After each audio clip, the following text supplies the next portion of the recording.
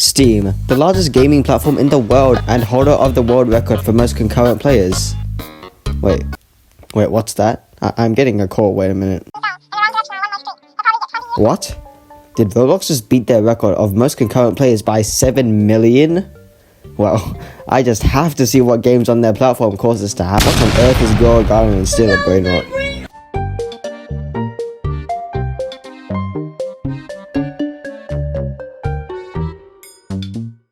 Roblox's reputation rarely ever changes. For years now, it's been known as just a simple platform that kids can go on to entertain themselves. It only really changes if Roblox does something unfathomably crazy, like sending a cease and desist to a pedophile catcher or something. As of recent times, Roblox has accomplished something groundbreaking. Not batting slap, that's terrible, but they broke the world record for all-time concurrent users at a whopping 47 million players. To put that number into perspective, 47 million people is more than the entire population of the continent of Oceania. And this was thanks to only 2 games. These games are obviously Grow a Garden and Steal a Brain Rot. Breaking a record like this is a much bigger deal than you think. Concurrent players are a staple for a game's popularity. Roblox is now officially the largest gaming platform in the world right now, overtaking Steam. This will be a significant shift in how gaming industry veterans are going to view the platform in the future. In this video, I'm going to be explaining how Grow a Garden and Steal a Brain Rot got to the stage where they could manage to change the entire gaming community's perception of Roblox as a whole.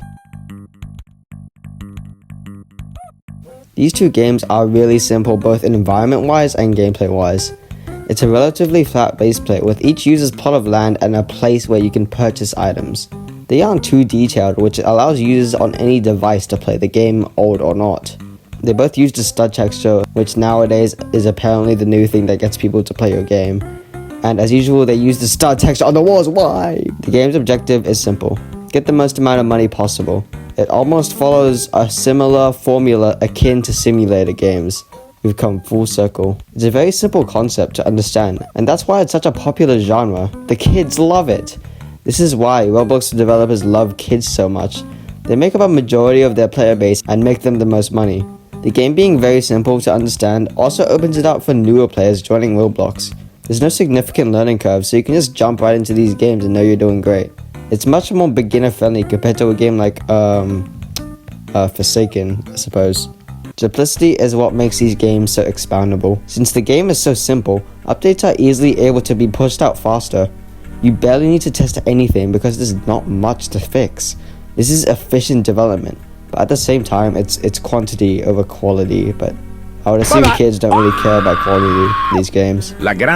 At the cost of these games being so abysmally simple, is that this sets the standard pretty low to get a popular game on Roblox that rakes in thousands of dollars. Looking at these games from far away, people who don't play Roblox would definitely think that the standard must have dropped a lot if this is breaking records. Or at least something like that. Now let's get into the gameplay and what makes it so addicting. As I stated earlier, it has a very simple premise. Get lots of money.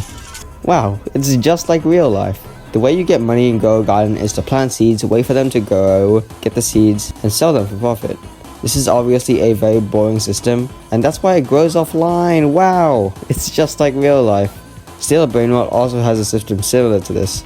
You can buy brain rots, and every second they'll generate a certain amount of money. These brain rots also make money offline, but I don't think brain rots exist in real life. The reason this gameplay loop makes this game so addicting though, is that since these items do stuff online, you need to come back into the game to actually claim what they've accumulated. While you're there, might as well get more stuff, right? And then you have more stuff, and then you leave, and then you accumulate more value offline, you come back, and then the cycle repeats. After around a day or 2 of grinding, you might even see yourself with millions, maybe billions of dollars. It feels nice putting down a plant or a brain rot knowing it'll do good work, even when you're not playing. Also, when you're playing these games, something guaranteed always happens every 5 or so minutes. The stores restock in Grow a Garden, and there is a guaranteed legendary and mythic at certain time frames as well in Steal a Brain Rot. This keeps the player always waiting for an opportunity to get cool stuff, keeping them there for longer. Something these games also host is admin abuse. Admin abuse is probably the only reason these games didn't die out within a week or 2 after blowing up. If you don't know what an admin abuse is, occasionally the developer of these games, Jano for Grow a Garden and Sammy for Steal a Brain Rot, will host many events at a certain time. This includes making an extremely rare item available, giving mutations to items making them worth more, and just being cool to be at. Honestly, it's a really good idea in execution. The idea of admin abuse works so well because who wouldn't want an extremely rare seed or brain rot at a guaranteed time? It's like if casinos had a designated hour every week where everything's a jackpot and you are guaranteed to win big for free. Of course you would go. Same goes with Go Garden and Steal a Brain Rot. Admin abuse is what broke the concurrent player record. It's just that simple, but the drawback is that players outside of Roblox will see how simple and low effort gameplay this is, and wonder why this is one of the top games on the platform. I already mentioned this in the other segments. These two games are very popular. It's mainly the reason that people outside of the Roblox community have heard about these games. Go Garden is kind of falling off at the time of writing this, not reaching nearly as many players as before, but I still want to include it nonetheless. The only record these two games have broken so far is the concurrent players one. But who knows, that definitely might change in the future. Even if they've only broken one record, getting a concurrent player count that high is mind-blowing. Concurrent player count plays a pretty large role in a game's popularity, and the fact that these games are averaging 500,000 to 2 million concurrent players every day is insane. That is almost the amount of players Minecraft averages daily. These two games and 90 Nights are basically the face of Roblox. They're the first games people see when they make a new account. They are practically Roblox's representative. Kind of like when Jailbreak was Roblox's representative in 2018. When people think of Roblox, they're going to think of games like this. But since these games have gotten so high up the charts, it feels as if so many better games are being overshadowed. The simplicity is definitely accessible, but it for sure doesn't encourage innovation. The popularity of these games are basically encouraging developers to dumb down their aspects just to get popular. And I don't think that's a very good thing. It's like the Renaissance, but backwards. I think a much better game would be more fitting to represent Roblox. Take for example, for when Doors was the face of Roblox a couple years back, and a lot of content creators outside the game tried it out and enjoyed it. And you could argue that 99 Nights is kind of similar to that, but I don't think it's all too scary enough to be that noticeable actually. In conclusion, Go Garden and Steal a Brain Rot single-handedly changed the entire gaming community's view of Roblox, at least by a little bit, with their new record. The success is brought by their clever gameplay tactics and simplicity of everything overall. These are without a doubt some of the most popular games in the world right now. Breaking a record as impressive as the concurrent player one is a huge step forward for Roblox. Even if it is thanks to games that may seem low effort, it is without a doubt that Roblox will be known for these games for another while at least.